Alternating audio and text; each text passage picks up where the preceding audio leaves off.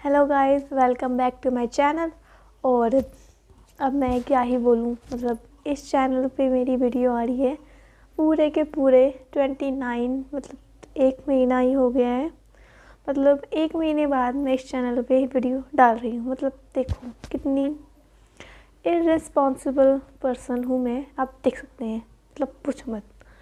और मेरी first video मैंने डाली थी 1 जनवरी 2025 और उसके बाद मैं ये वीडियो डाल रही हूँ कब, 31 जनवरी को। मतलब कि मैंने एक वीडियो डाली थी जैन की स्टार्टिंग में और मेरी सेकंड वीडियो आ रही है जैन की लास्ट में। देखो मतलब क्या ही कहूँ का क्या, मतलब क्या ही कह सकती हूँ। छोड़ो। So hello guys, welcome back to my channel once again. हमारी लास्ट वीडियो थी कि माता सीता के बारे में, कि उनको क्यों वनवास जाना पड़ा था और फिर मतलब कि कैसे वो सब हुआ था। तो आज की जो हमारी वीडियो है वो होने वाली है कि जो मतलब कि माता सीता और जो थी माता पार्वती जी और जो थी हमारी माता राधा, उनकी जो मदर्स थी ना, दे आर सिस्टर्स, मतलब वो बहनें थी और उनकी माताएं जो थी ना वो पितृलोक, मतलब पितरों की पुत्रियाँ थी। तो आज हम जानेंगे कि कैसे वो जो पितरों की पुत्रियाँ थी वो कैसे मृत्युलोक में आई, फिर उनका कैसे उनका विवाह हुआ और उसके बाद कैसे उनके मतलब कि जैसे उनके गर्भ से जो है माता पार्वती, माता राधा और इन सब का जन्म हुआ था। तो आज इस वीडियो में हम ये जानेंगे। ओके, तो चलिए शुरू करते हैं। सबसे पहले जो आपको पता है कि हिंदू धर्म में पितरों का एक बहुत ही ज़्यादा मान्यमान माना जाता है।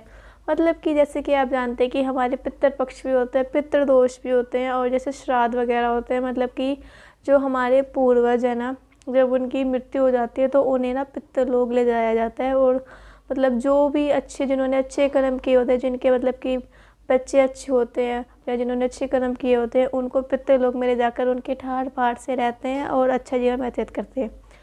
ओके, सो हम जानेंगे कि पितृ मतलब कि उनकी कैसे हुई। तो आप सबको पता है कि जो ब्रह्मा जी थे उनके पुत्र थे दक्ष प्रजापति, जो मैंने आपको पहले भी एक वीडियो में बताया था। जो मतलब दक्ष प्रजापति थे वो ब्रह्मा जी के पुत्र थे और उन्हें दक्ष प्रजापति कहते थे, वैसे उनका नाम दक्ष था। तो उनका जो विवाह है वो प्रसूति से हुआ था और प्रसूति के साथ उनकी 60 कन्याओं ने जन्म लिया था, जिसमें से एक माता सती थी जिनका विवाह भगवान शिव से हुआ था।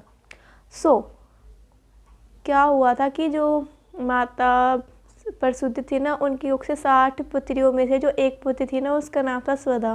तो जो स्वधा थी ना, उसका जो विवाह था ना वो पितरों से हुआ था और उसके बाद उनकी जो है 3 पुत्रियां हुई थी। उन तीनों का नाम था मैना, धन्या और कला। मैना, धना और कला उनकी 3 पुत्रियां थी।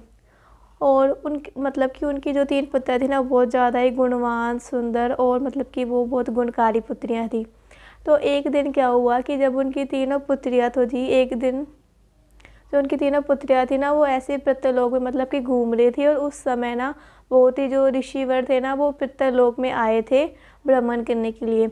और जब वो घूम रही थी ना तो जो उनकी घाघरा उन्होंने पहना था ना, मतलब कि जो भी उन्होंने उस टाइम पे जो कपड़े पहने थे ना उनमें ना रत्न लगे हुए थे, मतलब कि स्टोन्स लगे थे। तो जब वो जाने लगी ना, मतलब कि ऋषियों के मतलब कि ऐसे गुजर के, तो उनके जो मतलब कि कपड़े थे ना वो ऋषियों की जो थे मतलब कि बॉडी से टच हो गए, जिससे कारण ये तो ऋषियों को जो था वो वहाँ पे स्कार होना शुरू हो गया, मतलब कि थोड़ा सा जख्म बन गया, जिससे कि ऋषि बोलता था, मतलब कि ऋषि तो थे ना वो बोलता था, क्रोध में आ गए कि तुम पितरों की पुत्री हो, तुम्हें मतलब कि बिल्कुल भी ज्ञान नहीं है कि तुम्हारे सामने से ऋषि गुजर रहे हो, तुम्हें कैसे पेश आना चाहिए, तुमने मुझे घाव दे दिया। फिर उन्होंने उन्हें श्राप दिया कि तुम तीनों जो है पितृलोक छोड़ के मृत्युलोक में जाओगी। तो ऐसे करके जो थी फिर उन्होंने जो है मैना, धन्या और कला ने उनसे माफ़ी मांगी कि ऋषिवर हमें माफ़ कर दीजिए, हमने ये मतलब जानबूझकर नहीं किया, हमसे ये गलती से हो गया, हम मृत्युलोक में कैसे जाएंगे, मतलब कैसे रहेंगे, मतलब कि आप प्लीज़ हमें माफ़ कर दीजिए। फिर उसके बाद जो थे जो ऋषिवर थे उन्होंने मतलब कि उनको थोड़ा सा लगा कि पर वो कहने लगे कि मैं श्राप तो मैं वापस नहीं ले सकता, तुम्हें मृत्युलोक में तो जाना ही पड़ेगा। तो उन्होंने एक और उनको वरदान दिया कि तुम तीनों की कोख से ना 3 देवियों का जन्म होगा, जो कि इस रिश्ते में आकर इस रिश्ते का कल्याण करेगी और उनका नाम जो है हिंदू धर्म में बहुत ज़्यादा माना जाएगा। तो ऐसे करके वो तीनों जो धरती लोक में आ गई।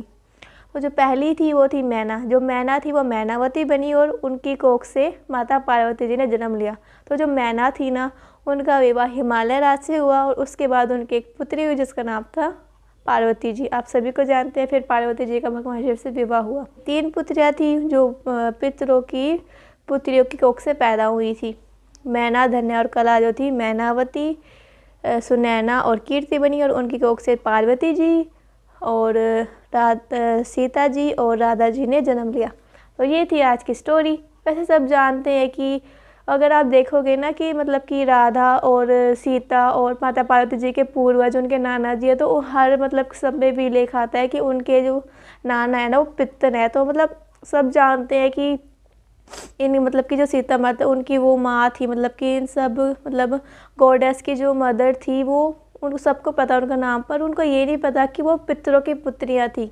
इसीलिए ये थी आज की video. So thanks for watching. अगर आपको वीडियो अच्छी लगी हो तो please like, share and comment कीजिएगा और मिलते हैं एक नेक्स्ट वीडियो में। सो बने रहिए मेरे साथ। Bye bye, take care.